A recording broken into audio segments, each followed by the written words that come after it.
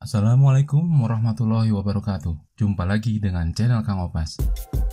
Jangan lupa bantu subscribe ya untuk mendukung channel ini. Terima kasih. Di seri video berbagi kali ini, saya akan berbagi pengetahuan tentang statistik dengan SPSS. Untuk video pertama, saya akan membuat video pendahuluan tentang statistika dan SPSS.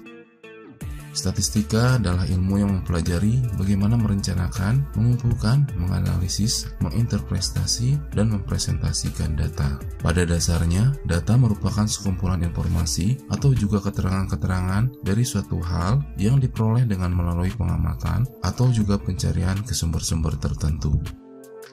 Pada umumnya, data dikelompokkan berdasarkan jenis dan sumbernya. Di bawah ini akan dijelaskan lebih lanjut mengenai hal tersebut. Jenis data. Adapun jenis data yang sering kali digunakan dalam suatu penelitian yaitu data kualitatif dan data kuantitatif. Kemudian sumber data. Suatu data dapat diperoleh berdasarkan sumber yang dikelompokkan menjadi dua, yaitu data primer dan data sekunder. Data kualitatif yaitu data yang disajikan dalam bentuk verbal, lisan atau kata, bukan dalam bentuk angka. Singkatnya, data kualitatif adalah data yang dinyatakan dalam bentuk kata, kalimat, dan gambar. Contoh, jenis kelamin, status pernikahan, nilai kepuasan. Data kualitatif terbagi menjadi dua jenis, yaitu data berskala nominal dan ordinal. Data berskala nominal adalah data yang diperoleh dengan cara kategori atau klasifikasi dengan ciri-ciri posisi data setara dan tidak bisa dilakukan operasi matematik. Contoh, data jenis pekerjaan antara lain pegawai negeri, pegawai swasta, dan wira swasta, di mana kedudukan ketiga data setara dan tidak bisa dijumlahkan atau dikalikan. Contoh lain adalah gender atau jenis kelamin. Data berskala ordinal adalah data yang diperoleh dengan cara kategori atau klasifikasi dengan ciri-ciri posisi data tidak setara dan tidak bisa dilakukan operasi matematik. Contoh, klasifikasi data nilai akademis adalah sangat memuaskan, dan cukup memuaskan, di mana ketiga data tidak setara dan tidak dapat dilakukan penjumlahan atau perkalian. Yang kedua adalah data kuantitatif, yaitu jenis data yang dapat diukur atau dihitung secara langsung, yang berupa informasi atau penjelasan yang dinyatakan dengan bilangan atau berbentuk angka. Singkatnya, data kuantitatif adalah data yang berbentuk angka atau data kualitatif yang diangkakan. Misalnya, tinggi dan usia seseorang, jumlah produk X yang terjual, jumlah pengeluaran per hari, atau scoring. Misalkan, baik sekali sama dengan 4, baik sama dengan 3, kurang baik sama dengan 2, dan tidak baik sama dengan 1. Data kuantitatif terbagi menjadi dua jenis, yaitu data berskala interval dan rasio. Data berskala interval adalah data yang diperoleh dengan cara pengukuran, di mana jarak dua titik pada skala sudah diketahui dengan ciri-ciri, tidak ada kategorisasi atau kodifikasi, dan bisa dilakukan operasi matematik. Contoh, data suhu, misalnya 0 derajat sampai 100 derajat Celcius. Skala data suhu jelas dan dapat dilakukan penjumlahan, misalnya 5 derajat Celcius ditambah 10 derajat Celcius sama dengan 15 derajat Celcius. Data berskala rasio adalah data yang diperoleh dengan cara pengukuran, di mana jarak dua titik pada skala sudah diketahui dan mempunyai titik nol absolut atau mutlak, dengan ciri-ciri tidak ada kategorisasi atau kodifikasi, dan bisa dilakukan operasi matematik. Contoh, data jumlah pensil ada 10, ada 5, dan ada 0. Nilai 0 di sini menunjukkan bahwa pensil benar-benar tidak ada, serta dapat dilakukan penjumlahan. Jadi jumlah pensil yang ada adalah 15 pensil. Data rasio adalah data yang paling teliti. Sumber data. Data primer atau data asli merupakan data yang dikumpulkan dan berasal dari sumber asli atau tangan pertama. Data ini harus dicari melalui narasumber atau responden, yaitu orang yang dijadikan objek penelitian atau orang yang kita jadikan sebagai sarana mendapatkan informasi ataupun data. Contoh data primer yaitu hasil wawancara. Data sekunder adalah data yang mengacu pada informasi yang dikumpulkan dari sumber yang telah diolah. Contoh data sekunder antara lain catatan atau dokumentasi perusahaan, publikasi pemerintah seperti buku, laporan, berita, analisis oleh media, situs web, jurnal, dan lain-lain. SPSS atau Statistical Product and Service Solution adalah salah satu aplikasi pengolah data dan membantu dalam membuat analisis statistika. Software ini sering sekali digunakan untuk mempermudah dalam proses pengolahan data. Aplikasi SPSS sudah banyak digunakan dalam berbagai macam bidang dan disiplin ilmu seperti pemerintah, perusahaan, penelitian pasar, pengendalian dan perbaikan mutu di bidang industri, di bidang pendidikan, di bidang kesehatan, dan lain sebagainya. Hasil output yang dihasilkan oleh program SPSS ini tentu saja sangat membantu dalam proses pengolahan data, sehingga hasil pengolahan data tersebut dapat dipertanggungjawabkan dan dipercaya. Walaupun friendly user, namun program ini tetap tergolong rumit. Pengguna program ini minimal harus mengetahui dasar dari ilmu statistik untuk bisa menjalankan program ini, sehingga tidak mengherankan banyak seminar atau pelatihan-pelatihan yang khusus diadakan untuk program SPSS. Terdapat banyak versi SPSS yang beredar, sehingga pemilihan SPSS harus sesuai dengan komputer yang kita gunakan. Oke, sekarang kita langsung membuka software SPSS-nya. Di video ini saya menggunakan SPSS 20 karena saya beranggapan secara umum seri ini masih cukup layak untuk pengolahan data statistik. Size-nya relatif kecil dan pengoperasiannya tidak terlalu berat, tidak membuat laptop menjadi lemot. Untuk menjalankan aplikasi SPSS, Anda dapat menjalankannya dengan dua cara, yaitu dengan mengklik shortcut pada desktop atau melalui start menu. Saya akan mengaksesnya melalui start menu. Saat membuka SPSS, akan keluar kotak dialog IBM SPSS Statistik 20 seperti berikut. Tampilan pertama ini menunjukkan identitas IBM dengan software SPSS-nya. Biarkan saja beberapa saat untuk proses loading SPSS. Setelah beberapa saat, secara bersamaan akan muncul dua jendela dialog berikut. Jendela dialog yang pertama adalah jendela dialog IBM Statistik. Jendela dialog ini sebenarnya memandu pengguna untuk memilih proses yang akan dilakukan. Jendela dialog ini menyertakan beberapa kolom shortcut, namun untuk praktisnya, tutup kotak dialog tersebut dengan klik tombol cancel atau tekan tombol Escape pada keyboard. Kita bisa mencentang kotak ini dan tekan tombol OK, sehingga nanti ketika membuka SPSS, maka kotak dialog ini tidak akan muncul lagi. Jendela dialog yang kedua adalah jendela data editor.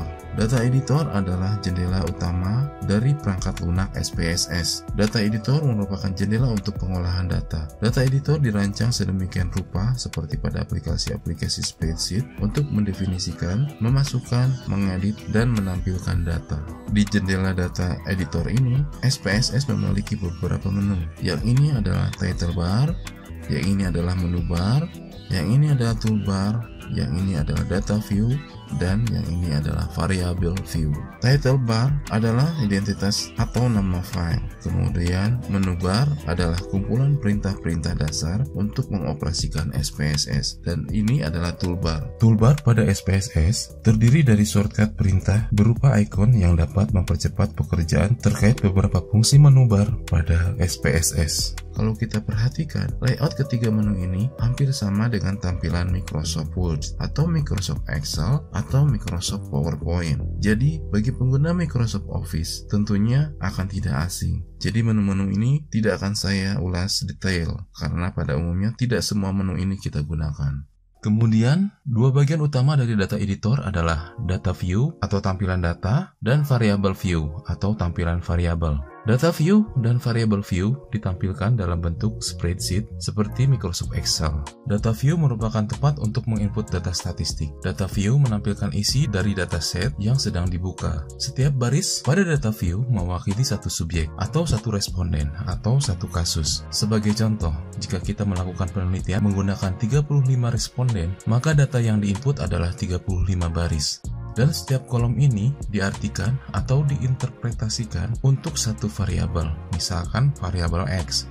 Variable view adalah tempat untuk menginput variabel statistik. Tampilan variable view sekilas sama dengan data view. Hanya pada variable view, nama kolomnya sudah ditentukan dan memiliki fungsi yang berbeda-beda. Untuk lebih mudahnya, maka saya akan menampilkan contoh data yang akan diinput sambil menjelaskan setiap kolom tersebut. Berikut ini diketahui data nilai mata kuliah 10 orang mahasiswa untuk 2 mata kuliah di Fakultas Ekonomi, yaitu mata kuliah pengantar ekonomi untuk bisnis, serta mata kuliah matematika ekonomi dan bisnis. Saya akan mendefinisikan variabel datanya, kemudian menginputkan datanya. Sekarang saya akan memulai menginput contoh data di variabel view. Langkah pertama adalah menginputkan data di kolom name. Untuk pengisian di kolom name, ada hal-hal yang harus kita perhatikan, yaitu maksimum terdiri dari 8 karakter, huruf, dan angka, dan harus dimulai dengan huruf. Tidak boleh diakhiri dengan tanda titik. Bersifat unik, tidak boleh memberi nama variabel yang sama. Tidak boleh ada blank atau spasi dan karakter spesial seperti tanda seru, tanda tanya, garis miring, tanda kutip, tanda bintang, dan sebagainya. Tidak menggunakan nama-nama yang sudah merupakan keyword fungsi tertentu pada SPSS. Gunakan nama variabel yang mudah dikenal, sesuai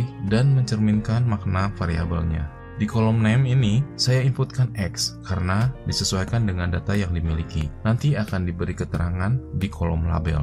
Berikutnya adalah mengisi kolom type. Jika kita klik di sini, maka akan muncul 9 pilihan tipe data yang dapat kita gunakan, yaitu numeric atau data berupa angka, koma yaitu untuk angka dengan tanda koma sebagai pemisah bilangan ribuan, dot untuk angka dengan tanda titik sebagai pemisah bilangan ribuan, scientific notation sama dengan numeric tapi menggunakan simbol E untuk kelipatan 10. Misalkan 120.000, maka ditulisnya adalah 1,20E tambah 5. Date menampilkan data dalam format tanggal atau waktu. Dolar, data dengan tanda dolar. Custom currency menampilkan data dengan format tanda mata uang. String akan menampilkan data berupa huruf dan karakter lainnya. Dan restricted numeric dipilih jika data angka diawali dengan angka 0 sesuai banyak digitnya. Contoh, bila angka 0001234 berarti banyak digitnya atau widthnya adalah 7. Di kolom type ini, saya pilih numeric karena data kita berupa angka. Lanjut ke kolom ketiga yaitu kolom width. Kolom ini merupakan kolom isian untuk jumlah digit data yang akan dimasukkan. Secara default akan terisi 8, namun bisa disesuaikan dengan keperluan. Misalkan untuk data berupa usia, maka kolom width bisa disesuaikan menjadi 3. Argumennya karena usia manusia paling banyak sampai 3 digit. Untuk soal ini, saya biarkan saja sesuai defaultnya, yaitu 8. Kolom keempat adalah desimal. Kolom ini menentukan bilangan desimal yang diperlukan atau banyaknya angka di belakang koma. Karena data berupa nilai dan bukan bilangan desimal, maka saya isikan 0. Berikutnya kolom label. Kolom ini adalah kolom yang menerangkan variabel. Jadi menjelaskan apa itu variabel X. Saya isikan pengantar ekonomi untuk bisnis.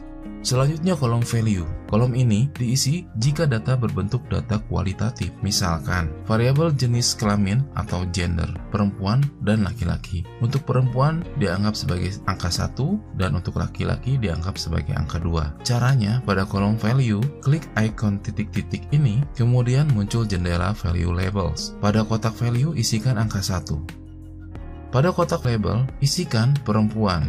Lalu klik add, sehingga pada kotak paling bawah muncul tulisan 1 sama dengan perempuan. Selanjutnya pada kotak value isikan angka 2, dan pada kotak label isikan laki-laki. Lalu klik add, sehingga muncul tulisan 2 sama dengan laki-laki. Apabila ada kesalahan input, kita tinggal menimpanya. Misalkan perempuan diganti menjadi wanita, maka kita tinggal ketikkan langsung di sini wanita, lalu klik change, maka langsung berubah. Setelah selesai, klik OK, maka pada data kolom value sudah terisi. Namun di kasus ini datanya adalah data berupa angka. Jadi saya isikan non di sini. Jadi data ini harus diganti menjadi non. Caranya, klik di kolom value, lalu pada kotak bawah, seleksi masing-masing data, kemudian klik remove. Setelah selesai, klik OK. Jadi di kolom ini terisi non.